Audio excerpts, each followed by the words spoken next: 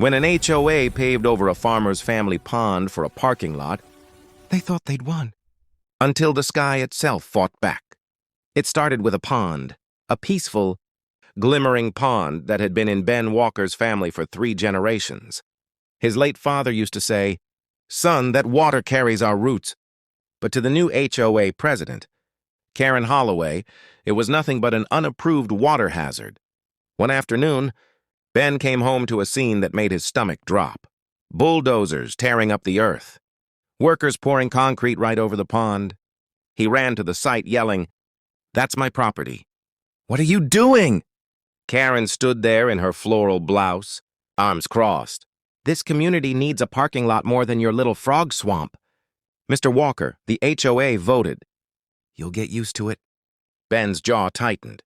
"You can't pave over my land." "It's protected." But she just smirked.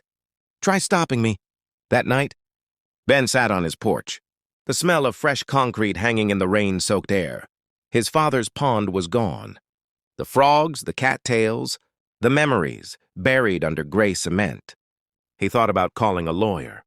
But the HOA's legal team was relentless. He'd already lost once before when they fined him for keeping his old barn too rustic. Then the weather changed.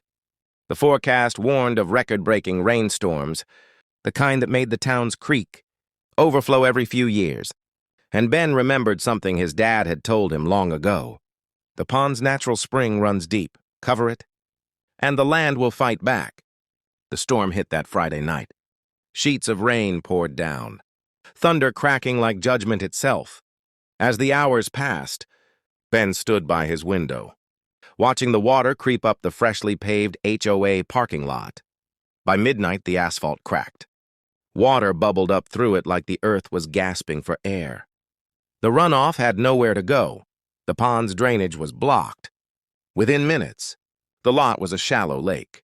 Ben grabbed his raincoat and stepped outside, watching as the HOA clubhouse lights flickered. A few blocks away, Karen's SUV sat half-submerged, alarms blaring. By morning, the damage was undeniable. The entire lot was underwater, the pavement torn apart. The HOA called it an act of nature. But everyone knew nature was just reclaiming what was hers. When Karen confronted Ben later, dripping wet and furious, he only said one thing: "You paved over something that was meant to breathe." "I just let the rain remind you of that," the town engineer later ruled. The HOA had violated environmental codes. The pond was ordered to be restored, paid for by HOA funds. The story went viral online. "Farmer's Lost Pond destroys HOA parking lot in epic flood."